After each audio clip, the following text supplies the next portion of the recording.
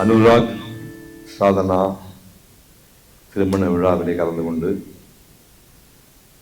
மணமக்களை வாழ்த்துவிட்டு இந்த புத்தக வெளியீட்டு விழாவுக்கும் பொறுமையாக அமர்ந்து கேட்டுக்கொண்டிருக்கின்ற அருமை சகோதர சகோதரிகளுக்கு முதல்ல என்னுடைய வணக்கத்தை நான் தெரிவித்துக் கொள்கிறேன். தேவர் அண்ணாவை பற்றி சொல்லணும்னா எம்ஜிஆரை தவிர்த்து சொல்ல முடியாது. அதனால் எம்ஜிஆருக்கும் தேவர் அண்ணாவுக்கும் உள்ள நட்பு எப்படிப்பட்டது அப்படின்னு சொன்னால் தான் இந்த நிகழ்ச்சி பூரணத்துவம் பெறும்.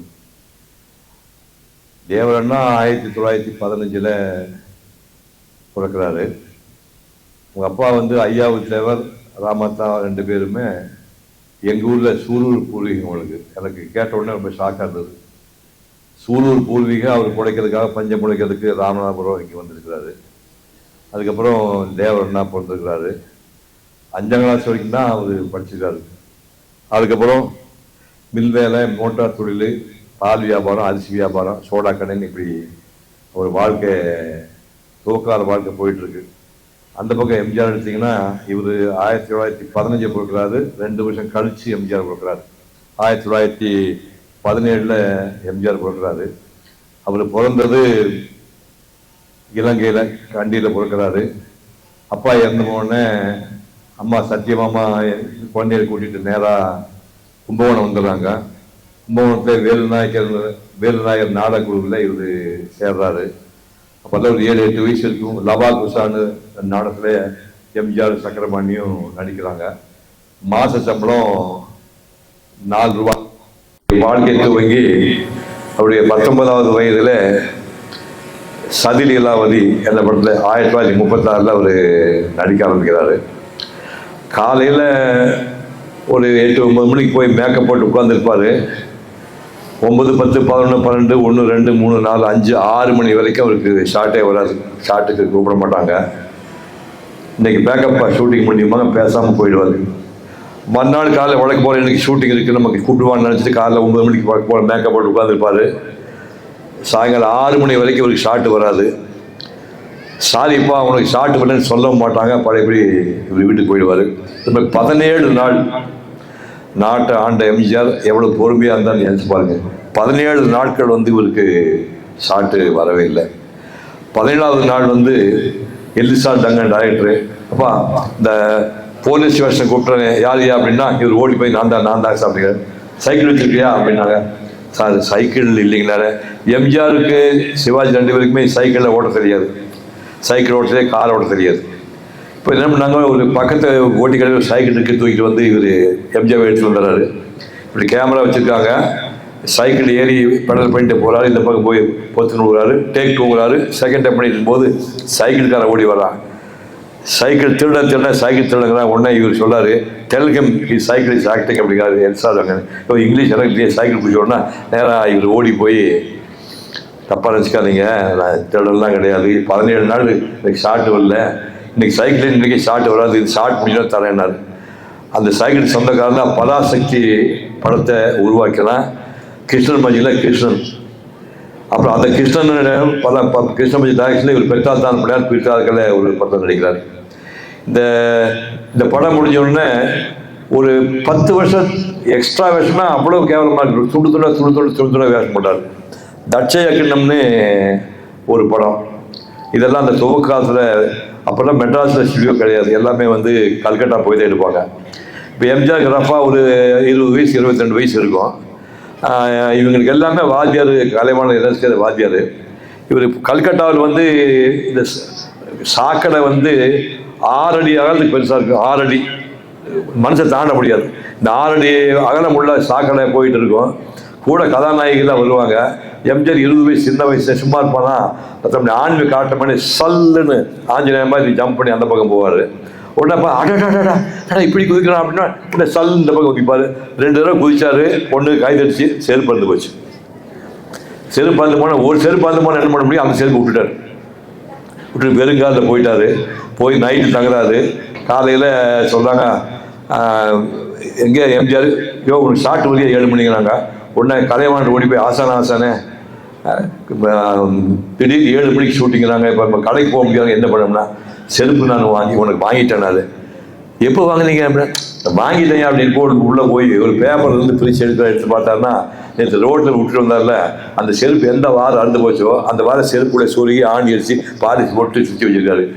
இந்த செருப்பு நீ இன்னும் பெரிய ஆளெல்லாம் ஆகலை, நீ இன்னும் சாதாரண பையன்தான், எந்த பொருளுமே முழுசாக யூஸ் பண்ண அப்படி கொடுத்து சொல்லியிருக்காங்க. இப்படி எல்லாம் தச்சையத்தை நினைக்கிறாரு. அதுக்கப்புறம் 1940 பழையபடி துண்டு வேஷம் தான். அசோக்குமார்னு ஒரு படம், தியாகராஜ பாபு உச்சத்தில் இருக்கிறாரு, அவர் பாட்டு பாடுவார், அழகா இருப்பார். எம்ஜிஆர் அழகா இருப்பார், நான் பாட வராது. அந்த படத்தில் தியாகராஜ பாபர் வந்து அவங்க தகப்பனா வந்து ஒரு குத்தியத்தை வந்து அடுப்பில் வச்சு நல்லா கொதிக்க வச்சு அது 2 கண்ணை எடுக்கிற வேஷத்தை வந்து எம்ஜிஆர் கொடுத்துருப்பாங்க. நல்ல வேலை அந்த படத்தை எம்ஜிஆர் அதை பண்ணாமல் தியாகராஜ பாபர் வாங்கி வேண்டாம் நீ செய்ய வேண்டாம் அவரே வாங்கி குத்திப்பார். இந்த மாதிரி துண்டு வேஷமெல்லாம் பண்ணி முருகன் ஒரு படத்தில் சிவன் வேஷம் ஆடுறாரு. இந்த சிவன் வேஷத்தில் பையன் பிரமாம ஆடுறான்னு சொல்லித்தான் ஏசி சாமி அவர்கள் இந்த ராஜகுமாரி படத்தில் நடிக்கிறதுக்கு அவர் வாய்ப்பு கொடுக்குறாரு. இந்த ராஜகுமாரி படத்த டைமில் தான் இப்போ தேவரும் அவரும் சண்டிங்கிறாங்க. அதை வீரமாதி தேவைப்பட்ட சாலைன்னு ராமநாதபுரத்தில் இருந்திருக்கு. இவர் வந்து உடம்பு வந்து பிரமா இரும்புமே உருவாக்கணும்னு சொல்லிட்டு வீரமாதி தேவைப்பட்டா தினம் போய் தேவரண்ணன் வந்து எப்படியோ பயிற்சி பண்ணார். இவர் வந்து மாத சம்பளத்துக்கு எம்ஜிஆர் ஜூபிட்டர் மாத சம்பளம், தேவரண்ணன் மாத சம்பளம்.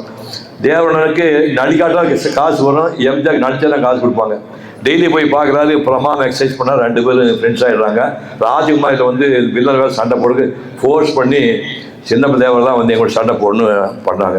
பண்ணிட்டு இருக்கும்போது வாடகை வீட்டு குடியிருக்காங்க. அதாவது சத்யபாமா வந்து ஒரு வாடகை வீட்டு எம்ஜிஆர் குடி வச்சுட்டு தங்கியிருக்காங்க. அன்னைக்கு காலையில் தேவருக்கு கிராஸ் பண்ணி போகிறாரு. அந்த அம்மா வாசல் இருக்கு, ஏமா அங்கே நிற்கிறீங்கன்னா, இல்லை மத்தியானம் சாப்பாட்டுக்கு வந்து அரிசி வாங்கணும், போய் சம்பளம் வாங்கிட்டு போன ராமச்சர் இன்னும் காணும், அதனால வெயிட் பண்ணனாங்க. இருமா வரேன்னு சொல்லிட்டு தேவர் வீட்டுக்கு போய் 2 பாக்கெட்லேயே வெஸ்டர்ன் போலீஸ் பாக்கெட்மா இவ்வளோ 1 லிட்டர் பிடிக்கும் 2 பாக்கெட்லேயே அரிசி ஆடிட்டு வந்து இந்த அம்மாட்ட கொடுத்து சமைக்க சொல்கிறாங்க. இந்த சமைச்சிருக்கான். பாதி சமையல் போயிட்டு இருக்கும்போது எம்ஜிஆர் வராது, வீட்டுக்கு போட்டு சமையல் வாசம் படிக்குது. நாம் காசு கொடுக்கலையே, அம்மா எப்படி சமைக்கலான்னு கேட்டோன்னா, சின்ன பொண்ணாப்பா அரிசி கொடுத்தாப்பா, அதுதான் சமைனா. அப்படியா அப்படின்னா, அப்படி சின்னப்பா தேவர் வந்து எம்ஜிஆர் வீட்டுக்கு அரிசி வந்து கொடுத்து அப்படி நெருக்கமாகி அதுக்கப்புறம் சொன்னாரு, நான் பெரிய ஆளாகி ப்ரொடியூசர்னா நீ தான் ஹீரோ அப்படின்னு சொல்லி சொல்றாரு. இப்போ இது வந்து ஹீரோவா சொல்ல 1956 தாய் பிந்தார் படம் வந்து 1956. இது வரைக்கும் எம்ஜிஆர் என்ன பண்ணாருன்னா, அவர் ரத்தகுமார் படத்தில் நடிக்கிறாரு, அதுக்கப்புறம் மந்திரிகுமார் நடிக்கிறாரு, அப்புறம் மர்ம யோகி நடிக்கிறாரு, சர்வாதிகாரி படங்கள்ல நடிக்கிறாரு. இது அப்படியே படிப்பை சுமாரா வேஷங்களில் பண்ணவர். ரியல் ஹீரோங்கிறது 1954 வந்து மலைக்கடல் படத்தில் ஒரு பெரிய ஹீரோ வந்துட்டார். பாருங்க சப்ஜெக்ட் பாருங்க, மலைக்கடல் பேரு, அலிபாபா பேரு, மதுரை வீரர் பேர், இப்படி ஒரு ஹீரோ மேலேயே டைட்டில் வர மாதிரி வச்சு அந்த படங்கள்ல நடிச்சிட்டு இருக்காரு. அதுக்கப்புறம் இவங்க சேர்ந்தாங்க. கதாநாயகி பானுமதி காட்சி பண்ணாங்க. ஏற்கனவே மலைக்கடல் பானுமதி தான் கதாநாயகி, அலிபாபாவில் அந்த மாதிரி கதாநாயகி, மதுரை வீரர் அந்த மாதிரி கதாநாயகி. பானுமதி ரிக்வெஸ்ட் பண்ணி இந்த படம் நடிக்குமான்னு சொல்லி அட்வைஸ் நடிக்கிறாங்க. நடிச்சது படமாக போச்சு. படம் பிரமாதம் போனோடனே அந்த கிளைமாக்ஸ் ஏதோ எம்ஜிஆருக்கும் அண்ணனுக்கும் பிரச்சனை டிஸ்கஷனில் கோவிச்சுட்டு, என்ன பெரிய ப்ரொடியூசர் நீ இல்லாட்டா எனக்கு ப்ரொடியூசர் கிடைக்க மாட்டானா, போயா நீ இல்லாட்டா எனக்கு நடி கிடைக்க மாட்டா போனா 2 பேர் பிரிஞ்சுட்டாங்க.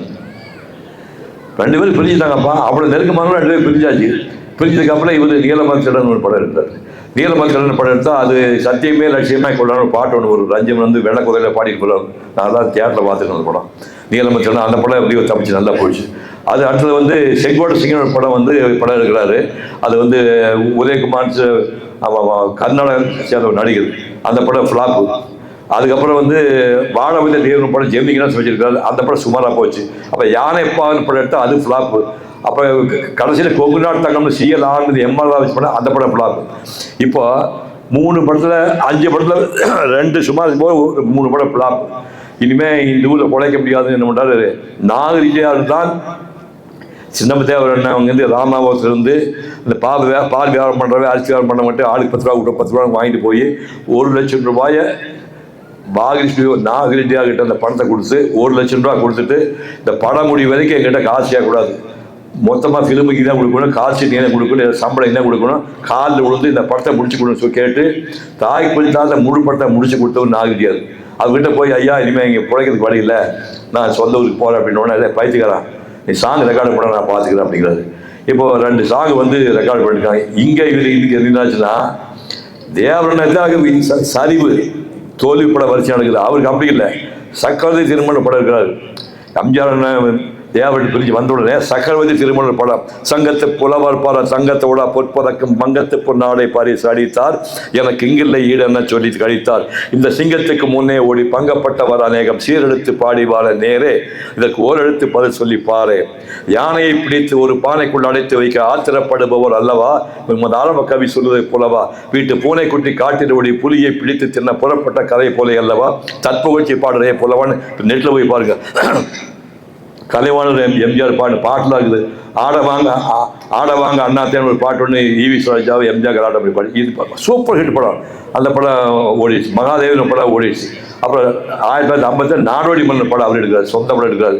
படம் ஓடினால் நீ மன்ன, இல்லாட்டா நாடோடிங்கிறாங்க. இருக்கிற சொத்தெல்லாம் செலவு பண்ணி படம் எடுத்து அந்த படம் சூப்பர் ஹிட். இப்போ தாய் மலுக்கு தாலிங்கிற படம் இருக்கு, அதுவும் சொல்லிட்டாரு.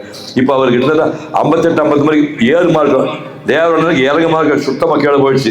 இவருக்கு 7 மார்க் போயிட்டே இருக்கிறாரு. திடீர்னு ஒரு நாள் சீர்காழியில் வந்து இன்ப கனவு ஒரு நாடகம். அந்த நாடகத்தில் வந்து குண்டுமணிங்கிற ஒரு நாடகங்களே ஸ்டார்ட் பண்ணுவார். ஒரிஜினலாக எம்ஜிஆர் வந்து கிட்டத்தட்ட ஒரு 70-75 கிலோ வெயிட் இருப்பார். அந்த குண்டுமணிகள் 150 கிலோ இருப்பான். மாடு பொதி மாடு மாதிரி இருப்பான்.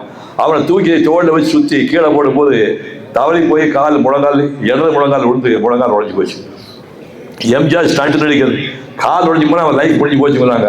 இதோட எம்ஜிஆர் க்ளோஸுங்கிறாங்க. 6 மாதத்துக்குள்ள அந்த காலை ரெடி பண்ணி இவர் வாய்ஸ் ரெக்கார்டு பண்ணிட்டு இருக்காரு. எம்ஜிஆர் அதே குண்டுமணி கொண்டாந்து வச்சு ப்ளஸ்காக உட்காந்து ஃபோட்டோ எடுக்கியா அப்படின்னு சொல்லி, எம்ஜிஆர் வாழ்க்கை முடியவில்லை, ஏதோ எம்ஜிஆர் வந்து விட்டாச்சு, உடஞ்சி போன காலை ரெடி பண்ணிட்டு அந்த குண்டுமணிக்கு படம் எடுத்திருக்காரு. உடனே செய்தி கேள்விப்பட்டு தேவரனை வந்து பார்க்க வந்திருக்காரு. அண்ணே எம்ஜிஆர் கதை முடியல பார்த்தீங்களா அப்படின்னாரு. நீங்கள் என்ன பண்ணுறீங்க? நான் சாங் ரெக்கார்டு பண்ணேன், கேட்கலாமா அப்படின்னு வாங்க போய் போகலாம். போய் கேட்கறேன்னா பாட்டு பிரமாதமாக இருக்குதே, யார் நடிக்கிறாங்க? எனக்கேவா இருக்கிறான் இது காலத்தில் உதயகுமார் விட்டா எனக்கு அது இல்லைண்ணா. ஆனால் இவ்வளோ நல்ல பாட்டு போட்டு ஏன்னா அப்படி சாதாரண ஆதரிச்சு படம் இருக்கீங்கண்ணா, எனக்கு வேலை எவனுக்கு கேட்கறேண்ணா, ஏண்ணே நான் இல்லையா அப்படின்னாரு. நான் இல்லையான்னு சொன்னார். 56லேருந்து ஒரு 5 வருஷம் பிரிஞ்சிருந்தவங்க அவரு கட்டிப்பிடிச்சு எழுதுறாரு, இவர் கட்டிப்பிடிச்சு எழுதுறாரு. 2 பேரும் அழுதுட்டு அதுக்கப்புறம் கிட்டத்தட்ட வந்து உங்களுக்கு 11 வருஷத்தில் 15 படம் எடுக்கிறாங்க. தாய்க்கு தார முடிஞ்சு போச்சு. அதுக்கப்புறம் வந்து தாய் சொல்லை தட்டாதே, தாயை காத்த தமையன், குடும்பத் தலைவன், தர்மம் தலைகாக்கும், நீதிக்கு பின் பாசம், வேட்டைக்காரன், தொழிலாளி, கன்னித்தாய், முகராசி, தனிப்பிறவி, தாய்க்கு தலைமகன், விவசாயி, தேர் திருவிழா, காதல் மாகனம், நல்ல நேரம், இப்படி 15 படம் 11 ஆண்டுகளில் எடுக்கிறார். கடைசியில் வந்து 1972 கடைசி படம் அடிச்சுட்டு அவர் சினிமாவுக்கு வந்துட்டார்.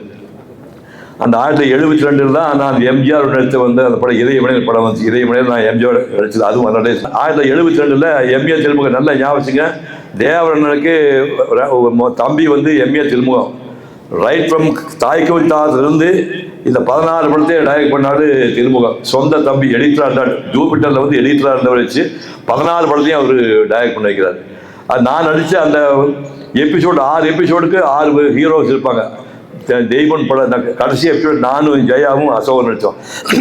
அந்த எபிசோடை ஷூட் பண்ணது சின்ன தேவரை காட்டவே மாட்டாங்க. அண்ணன்லாம் பார்க்க முடியான்ட்டாங்க. அந்த படம் தெய்வம் நல்ல டேஸ் போச்சு. அதுக்கப்புறம் 74 இந்த வெள்ளிக்கிழமை படம் இருக்கலாம்னாங்க.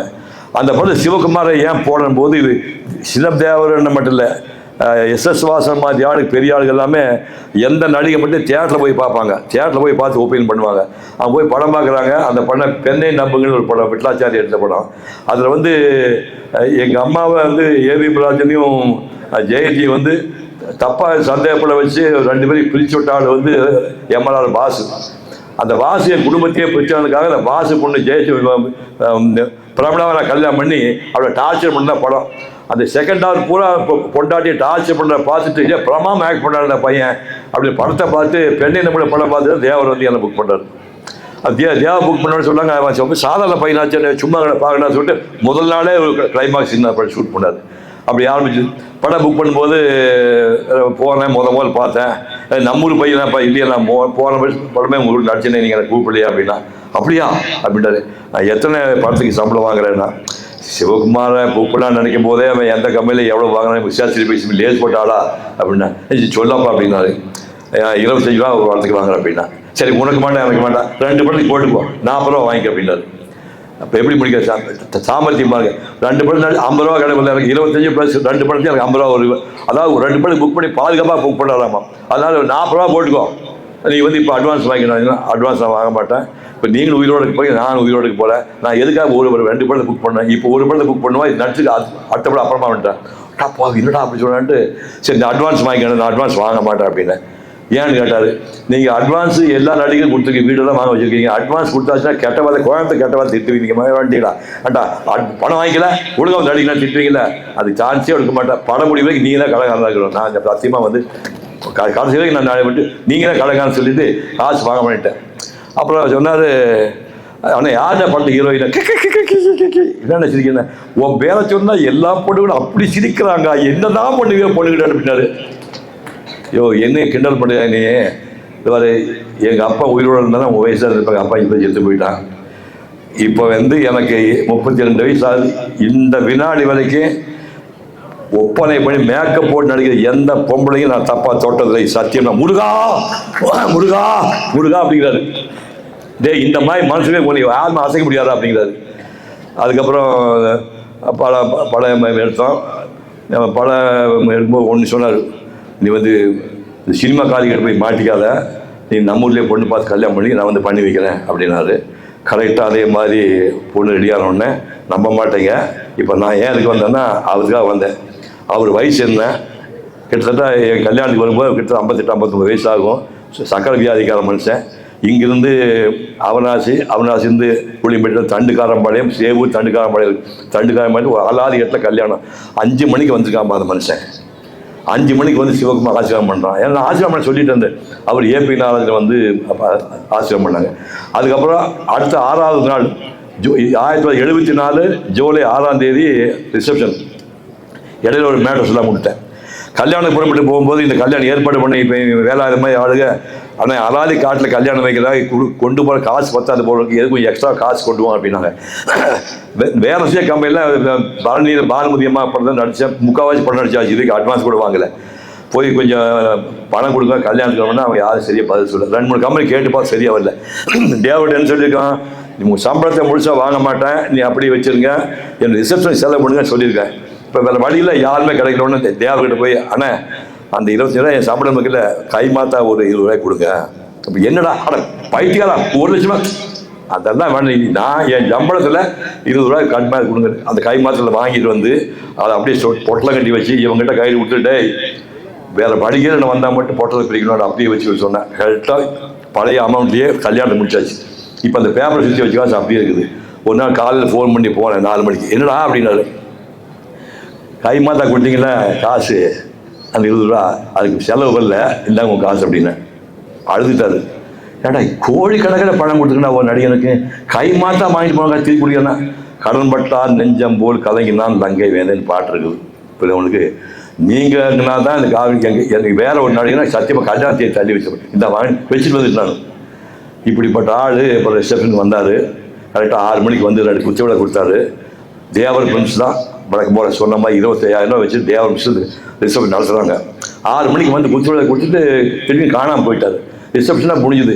அதாவது தமிழ்நாட்டிலேயே 1974 ஒரு ஷோவரில் ஏவி விராஜ் வரல, எம்ஜிஆர் சிவாஜின்னு தமிழ்நாட்டு அத்தனை நடிகர்களும் வந்து அட்டன் பண்ண ஒரே கல்யாணம் என் கல்யாணம் 1974. காரணம் என்னன்னா, நான் வந்து எல்லா வீட்டு கல்யாணத்துக்கு போவேன். அதுக்கு உங்கள் வீட்டில் டிரைவர் வீட்டு கல்யாணமா, மேக்கப் மேலே யாரும் உங்கள் வீட்டில் சொல்லுங்கள், பெரிய வீட்டு கல்யாணத்துக்கு போனதுலேயே சின்ன ஆளுங்க வீட்டு கல்யாணம் கண்டிப்பாக போவேன். ஸோ நான் அட்டன் பண்ணால் கல்யாணம் கிடையாது. ஸோ அத்தனை பேர் வந்திருக்காங்க. எல்லாம் பண்ணி முடிச்சோடனே எங்கே தேவரண்ணை வந்து காணாமல் போயிட்டாங்க. ஒன்றும் இல்லைங்க, தேவரண்ண மாமியார் நேற்று காலையிலேயே இறந்துட்டாங்க. தம்பிக்கு ரிசப்ஷன் துவைக்கி கொடுக்கலாம் பாதியில் மூணாக ஃபீல் பண்ணுவானே வந்துட்டு டெட் பாடி ஊடுறது கோயம்புத்தூரில். இந்த நிகழ்ச்சிக்காக வெயிட் பண்ணி 6:30 மணிக்கு அந்த குச்சியோட கொண்டு ஆச்சாரம் பண்ணிட்டு அதுக்கப்புறம் புறப்பட்டு கோயம்புத்தூர் போய் அடக்கம் பண்ணியிருக்காங்க மாமியார். இப்படி ஒரு நிமிஷம் பார்க்க முடியுமா? பார்க்க முடியும் ஒரு ஆள் நினச்சி பாருங்கள். அதுக்கப்புறம் வந்து சூர்யா பிறந்தான். சூர்யா வந்து பிறந்து ஒரு கல்யாணி ஹாஸ்பிட்டல் சூர்யா பிறந்தான். சூர்யா பிறந்தோடனே காலையில் தேவரண்ணை வந்து 3 மணிக்கெல்லாம் எழுந்து குளிச்சுட்டு பீச்சில் வாக்கிங் போவார். யாராவது காலையில் 3 மணிக்கு பீச்சில் வாக் போவார். கூட போகிற பயங்கர சிங்கமாக நடப்பா, கூட ஓடிட்டு இருக்கணும். அப்படி ஸ்பீடாக வாக்கி முடிச்சுட்டு வந்த உடனே குடிச்சிட்டு ஃப்ரெஷ்ஷாக வெசலாக போட்டு உட்காந்துருப்பார். 4:30 மணிக்கு நான் போனேன். அண்ணன் பையன் முதல்ல முருகா முருகன் பேர் வைடா, முருகன் பேர் வைடா, சரவணன் பேர் வச்சுருவாங்க. முருகா வந்து வந்தால் முடிச்சது ஒரு மணி நேரம் கூட வடபழனி கோயிலுக்கு போய் அர்ச்சனை பண்ணிவிட்டு நேராக போய் கல்யாணி ஆஸ்பத்திரியில் அந்த ஒரு சவரன் நாணயம் இன்றைக்கி 1,40,000 14,000 சொல்கிறாங்க. ஒரு சவரனை கொண்டு போய் இந்த குழந்தை மேலே வச்சு ஆசிரமம் பண்ணிட்டு வெளியே வந்தார். வெளியே வரும்போது எங்கள் அம்மா நடுக்க, எங்கள் அம்மா வந்து 32 வயசு முண்டச்சி ஆனவன், எங்கள் அப்பா வந்து 33 வயசு சேர்த்து போயிட்டு எங்கள் அம்மா நான் நினைவுனாலும் எங்கள் அம்மா வெள்ளை செயலில் பார்த்துருக்குறாங்க. எங்கள் அம்மா உம்மனா மூஞ்சி பேசாமல் இருந்துச்சு. இப்போ தேவர் வெளியே வந்தோடனே எங்கள் அம்மா 6 சிங்கக்குட்டியை பார்த்தா அப்படின்னா அப்படி கம்பீரமாக சொன்னார் தேவர். உங்களுக்கு ஓவராக பண்ணுவார் அவர். எங்கள் அம்மா 6 சிங்கக்குட்டியை பார்த்தா அதே அப்படின்னாரு. எங்கள் அம்மா கமுக்கமாக அந்த 6 சிங்கக்குட்டிக்கு ஒரு பொழையா முண்டா புள்ளப்பக்கில் நீங்கள் என்ன பண்ணியிருப்பீங்க அப்படின்னா, என்னம்மா சொல்கிறீங்க அப்படின்னா, இப்போ 6 பேருக்கு பொம்பளை பொண்டாட்டி வேணுமில்ல, அது ஒரு வயதுக்காரி பற்றி கொடுக்குமில்ல, இல்லை நீ எப்படி வேணும்? ஐயோ அம்மா நீ யார் கேட்டால் சிவகுமார், அம்மா அம்மா மன்சிக்குமான் அப்படி போனார். அதுக்கப்புறம் வந்து சொர்க்கம் நரகம் படம் ஷூட் பண்ணும்போது தேவன் ஆஃபீஸில் ஷூட் பண்ணால் காலையில் 9:10 நான் பட்டாபட்டியாளுக்கு தாலி கட்டுறேன். ஃபோன் வருது, சார் உங்களுக்கு பையன் பார்த்துட்டா சார்னு. அந்த செய்தி கேட்டோன்னா நான் போய் பையன் பார்க்கறதுக்குள்ள இவர் வடபடி வாழ்க்கைக்கு போய் அவன் அர்ச்சனை பண்ணிட்டு வந்து இசபெல் ஆஸ்பத்திரியில் அந்த பையன் போய் ஒரு சவரனை வச்சு ஆசீர்வாதம் பண்ணிட்டு வந்தார். இந்த சொர்க்கம் நரகம் படத்து மேலே ஒரு பெரிய மேட்ரு ஒன்று இருக்குது. தாசே நாராயணராவ் எடுத்த படம் அது. அந்த படம் தாசே நாராயணராவ் எடுத்த படம்.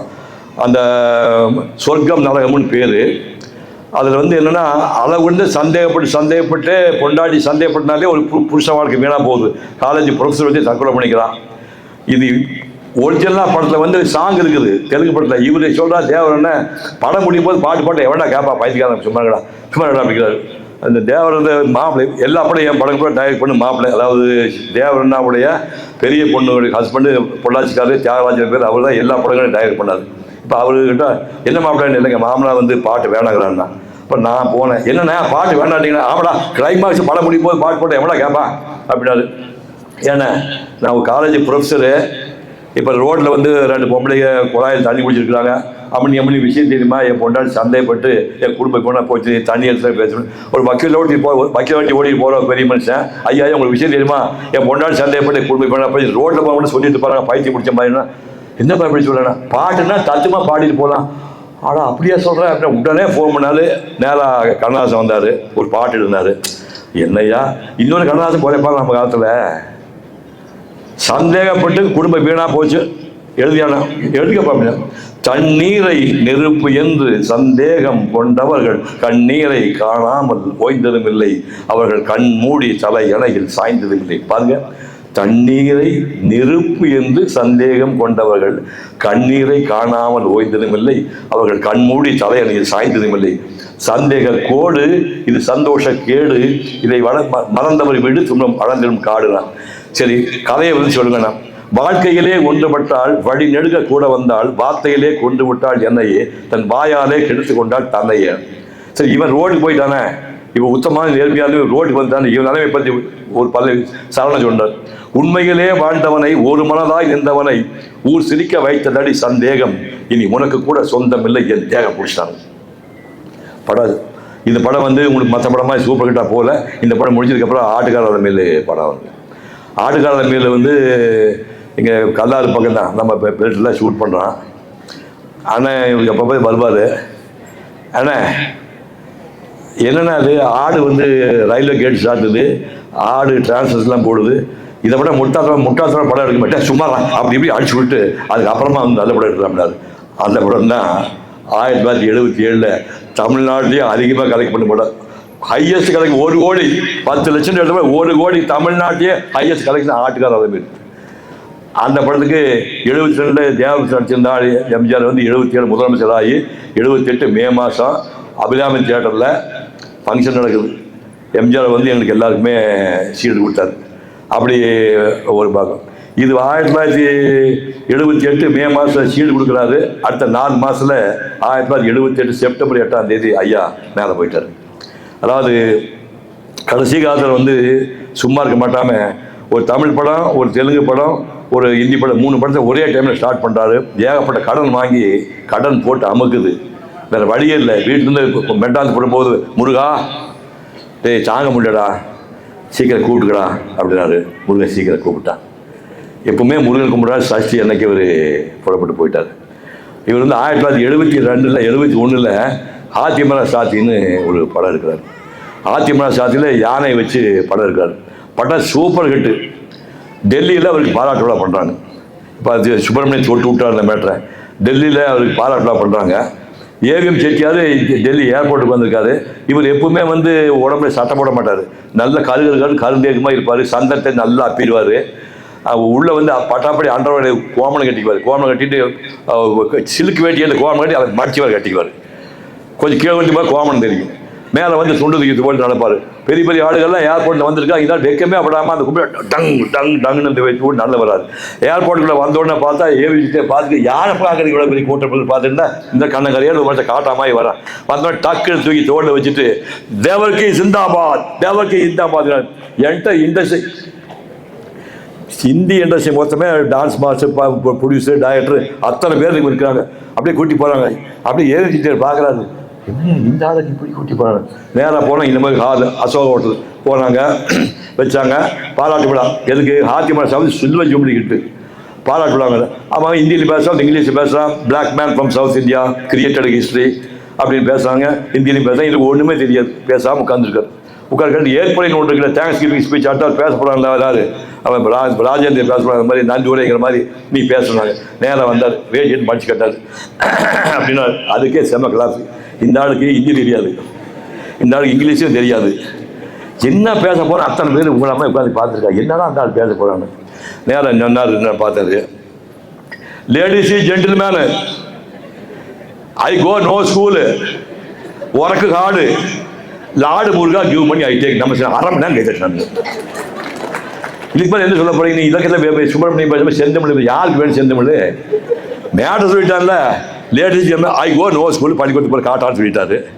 ஒர்க்கு காடு கடுமையாக ஒர்க் பண்ணாரு. லாடு முருகா கிவ் பண்ணி ஐ டேக். நம்ம மொத்தம் முடிஞ்சு போச்சு. அரை மணி நேரம் கைதுட்டானுங்க. அப்புறம் இது யானை வச்சுட்டாரா. அடுத்த பாம்பை வச்சு படம் எடுத்தார். பாம்பை வச்சு வெள்ளிக்கிழமை வருதுன்னு படம் எடுத்தார். இப்போ இந்த செவர் இருக்கு இல்லையா, இங்கே வந்து எனக்கு கதாநாயகனுக்கு வந்து பாம்பை பிடிக்காது. பாம்புன்னா நெருப்பு மாதிரி அவனுக்கு. கதாநாயகி வந்து பாம்பை வளர்க்குறப்போம். இப்போ கல்யாணத்தானுக்கே வீட்டு பந்தல் பாம்பு வந்து பாம்பை ஷூட் பண்ணியிருப்பேன். ஷூட் பண்ணால் பாம்பு செத்து போயிட்டு நினச்சிட்டு நான் வந்து ஈஸ்டரில் படுத்துட்டுருப்பேன். ஜெயச்சந்திரா வந்து கட்டில் படுத்துட்டுப்பா. செத்து போக நினச்ச பாம்பு நேராக உள்ளே வந்து சிவகுமார் அப்படியே நைஸாக பார்த்துட்டு ஜெயச்சந்திரா மேலே ஏறி மடியில் படுத்து படம் இருக்கிற மாதிரி ஷாட்டு. இதான் கதையில் வருது. இப்போ என்ன பண்ணாரு, செவத்துக்கு அந்த மாதிரி ஓட்டை போட்டு பாம்பு விடுறாங்க. கட் பண்ணி பாம்புக்கு மூளை இருக்குமா நினச்சி பாருங்க. இப்போ இதை நம்ம பொண்ணு மாதிரி உட்காந்துருக்காங்க. அது வந்து ஜெயிச்சதா படுத்திருக்கா. இப்போ இது சிவகுமார் எங்கே ஈஸியாக படுத்திருக்கான். பாம்பு இங்கே இந்த ஓட்டை விட்டா அது எப்படி இந்த பக்கம் வரும்? அது தெரியுமா? அதுக்கு அவன் பின்பக்கம் இருக்கிறான். பாம்பு போடாம விட்டான்னா அது அந்த பக்கம் போகுது. நாய் இங்கே விடுறானா நான் என்னங்க பண்ணிட்டு அப்படின்னா பாம்பு ஒரு பக்கம் போனால் அப்படியே போய் திருட்டு போகுது. தாங்க முடியாமல் 17வது ஷாட்டு 17 ஷாட்டு பொறுமை பிபி எரிச்சு விடுது. விட்றான்னு கடைசியாக அந்த பாம்பு உள்ளே வந்து வழக்கம் போது தப்பாக போகாமல் லெஃப்ட் சைட் திரும்பி இப்படியே வந்தால் சிவகுமார் ஈஸியாக படுத்திருக்கான். அவங்ககிட்ட வந்து இப்படி பார்க்குது. பாருங்க அப்படியே நேரம் பாம்பு பார்க்குது. சிவகுமார் பார்க்குது. அப்படி பார்த்து வந்து போய் கட்டில் மேலே ஏறி ஜெயிச்சா தொட்டுச்சு. முருகா இந்த ஒரு ஷாட்டு போட்டாரு. இன்னைக்கு போய் இப்போ பாருங்க வந்தேன். இப்போ பார்க்க ஒரு சிங்கிள் ஷாட்டில் பாம்பு அப்படியே வந்து இவன் சிவகுமார் வெளில சுட்டுருவானே நைஸாக பார்த்துட்டு அவன் தூக்கிட்டுருக்கான் அப்படின்னு சொல்லிட்டு பாம்பு அப்படியே நேராக போய் அப்படியே அந்த பெட்டு மேலே ஏறி ஜெயிச்சோட போய் மடியிலே படுத்து. ஜெயிச்சோட 17 வயசு பொண்ணு. நம்ம ஊர் சொல்லுவாங்க, அதாவது கண்ணு இப்படி சிமிட்டு இருந்தோம்னா இந்த பழப்பழம் முன்ன பாம்பு கொத்திருமாமா. அதெல்லாம் சொன்னால் புள்ள பயந்துட தேவை பயப்படாத ஒன்றும் பண்ணா சொல்லி பாம்பு படாத பின்பக்கம் தட்டுவார். அது நீ தைரியமா பார்த்தியா நான் ஒன்றுமே பண்ணும்போது பாம்பு போகும்போது இப்படி தட்டுவார். அப்போ அவரோட தட்டுறாருன்னு போல் தைரியமாக இருக்குது. ஏற்றி தைரியமாக சொல்லி ஏற்றி விட்டு மேலே போய் தமிழ்நாடு போல போஸ்டர் ஞாபகப்படுத்தி பாருங்க. ஜெயிச்சா படுத்துட்டு இருப்பா. இப்படி பாம்பை படம் வைக்க வச்சாட்டு அதை போஸ்டர். உடனே அந்த பொண்ணு தைரியமாக படுத்து விட்டு வீட்டில் வந்து 6 அடி ஆடு பெரிய பிரிண்ட் ஒன்று போட்டு வீட்டுக்கு கொடுத்து வச்சாரு. அப்படி வச்சு அந்த படத்தில் பண்ணிட்டார். அப்புறம் ஆட்டுக்கார மேலே சொல்லி உங்களுக்கு ஆட்டுக்கார மேலே யாருங்க படத்தில் நடிக்கிறாங்க? ஆடு நடிக்குது, அப்புறம் சிபிஆர் நடிக்கிறா, அப்புறம் சிவகுமாரும் நடிக்கிறான். வெக்கம் இல்லையா எனக்கு? ஏங்க ஆடு தான் ஹீரோ இருக்கிறாரு, அது அடுத்த ஹீரோயின்றாரு, சிவகுமார் நடிக்கிறான். நடிக்கிறது எனக்கு இளவு வேறு வழி இல்லை. இப்படிலாம் கொடுத்து அந்த படம் சூப்பர் கட்டு. இப்படிலாம் பண்ணவர் மருதமலை முருகன்னா ஒரே கலவு. 6 படை வீடு தாண்டி 7வது படை விட மருதமலை உருவாக்குற ஒரே மனுஷன் சின்னப்ப தேவர் தான். இன்னைக்கு மருதமலை மாமணிய முருகையா தேவர்னு பாட்டு பாடுறான். எப்படிப்பட்ட மனுஷன். அந்த மாதிரி மருதமலைன்னா அவர் கடவுள் மாதிரி. ஒரு தடவை 10 ரூபா அந்த பாக்கெட்டில் வச்சுருந்தாராம். இப்போ எவ்வளோ கடங்கார வச்சு 10 ரூபா கடன் வாங்கி கொடுக்குறான்னு சொல்லிட்டு சட்டையை பிடிச்சி குடிக்கிட்டாராமா. எங்கடா காசுன்னு சொல்லிட்டு நடு ரோட்டில் வச்சு 10 ரூபா வாங்கின காசு கொடுக்குறேன்னு சொல்லிட்டு ஒரு சட்டையை பிடிச்சி குடிக்கிட்டாராமா. உடனே டே முருகா என்னை கேவலப்படுத்திட்டான்னு சொல்லிட்டு நேரம் முருகன் போய் அடிச்சு குடையலான்னு சொல்லிட்டு மருதமலைக்கு புறப்பட்டு போகிறாரு. ஒரு குண்டாந்தையை தூக்கிட்டு போகிறார், சிலையை உடைக்கலாம். போகிற வழியில் ஒரு சிகரெட் பாக்கெட் கிடக்குது. அந்த பாக்கெட் எடுத்து பார்த்து உள்ளே 10 ரூபா இருந்துச்சாமா. முருகா முருகா முருகான்னு, அதாவது முருகனை 10 ரூபாய்க்கு அடிச்சு உடைக்கலான்னு போனார். ஆனால் சிகரெட் பாக்கெட் 10 ரூபா இருக்குது. அப்படியெல்லாம் முருகன் ஹெல்ப் பண்ணான்னு சொல்லி அதுக்கப்புறம் அதுக்கு நடவாதை போட்டு கொடுத்தாரு. கரண்ட் லைட் மொத்த மலைக்கு மின்சாரம் போட்டு எம்ஜிஆர் வந்து டிஎம் கார்டு, ஸ்டாஞ்ச் டிஎம் கார்டு, இவர் வந்து காங்கிரஸ்காரன். ஆனால் எம்ஜிஆர் தான் திறக்கணும் முடிவு பண்ணி, ஆனால் கட்சிக்காரன் தப்பாக சொல்லுவானே காலை பிடிச்சி கஞ்சிக்கிறதை வான்னு சொல்லிட்டு எம்ஜிஆர் கூட்டிகிட்டு போய் அந்த லைட் ஆன் பண்ண சொல்லி என்டையர் மருதமலைக்கு லைட்டு போட்டு கொடுத்தாரு. டிஎம்கே ஆள் வச்சு லைட் போட்டோம்னு சொன்னால் காங்கிரஸ்காரன் கோச்சுவான்னு சொல்லி நல்ல சேனாதிபதி சக்கரை மந்தாடியார்னு நம்மால் இந்த பழையகோட்டை பட்டக்காரர் அவர் மந்திரியாக இருந்தார் காங்கிரஸ் பீரியடில். அவரை வச்சு பழையகோட்டை நல்ல சேனாதிபதி சக்கரை மந்தாடியார் எந்த மின்சார விளக்கு சிறப்பு போட்டு பொய்யா ஒரு போர்டு வச்சு அப்படி பண்ணிட்டாராம். இப்படிலாம் பண்ணார். மெட்ராஸ்குள்ளே வந்து ஒரு ஆஃபீஸு, ஒரு வீடு, பாப்பராயம் பண்ண ஒரு வீடு, இவ்வளோதான் சொத்து. இதெல்லாம் விட்டு அந்த மனுஷன் போனான். அவர் போன அன்னைக்கு மெட்ராஸ்லேருந்து முதலமைச்சராக எம்ஜிஆர் வர்றார். நான் பாப்பராயப்படத்துக்கு வந்திருக்கேன், அளவுக்கு நான் வந்திருக்கேன். எம்ஜிஆர் வர்றார். தமிழ்நாடே வந்திருக்குது. தமிழ்நாடே ஒரு 4:30 மணிக்கு வந்து எம்ஜிஆர் கதறி அழுது அந்த சுடுகாட்டுக்கு அந்த அவர் போன பாடையிலேயே எம்ஜிஆர் கூட போய் ஒரு அடக்கம் பண்ணார். வந்தேன். எவ்வளவு சம்பாதிச்சாலும் ஒரு விஷயம் ஞாபகம் வச்சுங்க, இவ்வளவு உலகத்துக்காக தானம் தர்மம் பண்ணாலே தவிர இன்றைக்கி அவர்கிட்ட சொத்து பற்றினு எதுவுமே கிடையாது. தர்மம் தலை காக்கும் அப்படின்னு சொல்கிறோம். தர்மம் தலை காக்கும்னா யார் தன் பண்ணால் உங்கள் வகைக்கு தான் காக்குது, தலைமுறையை அது காப்பறதில்லை. அப்படி பார்த்தா இன்றைக்கி வந்து இதை உட்காந்து தண்டமானி அவர்லாம் பல கோடி சொந்தக்காரனாக இருக்கணும். அவங்க 2 பொண்ணுங்க இருக்காங்க, அந்த பொண்ணுங்கள்லாம் கோடீசியாக இருக்கணும். இல்லை, அவரை மட்டும் தலையை காட்டு தர்மம், அவர் பண்ண தர்மம் குழந்தை குட்டிக்காகலை. அதுக்கு மட்டும் காரணம் என்னன்னா அவர் சம்பாதிச்ச காசை உற்சாகம் வச்சு பிழைக்க இவனுக்கு தெரியலங்கிற போய் ஒத்துக்கணும். அந்த மகா ஒரு மனிதன் இந்த மண் இருக்க வரைக்கும் எம்ஜிஆர், சின்னமதேவர் இது மாதிரி நட்புக்கு அடையாளம்னா மகாபாரத துரியோதன் கர்ணன் மாதிரி சாகா வரம்பற்றவர்கள் எம்ஜிஆரும் தேவரனாகவும். இந்த மண் இருக்க வரைக்கும் எம்ஜிஆர் புகழும் தேவர் புகழும் மறையாத சொல்லி வாய்ப்புக்கு நன்றி கூறி விடைபெறுகிறேன். நன்றி.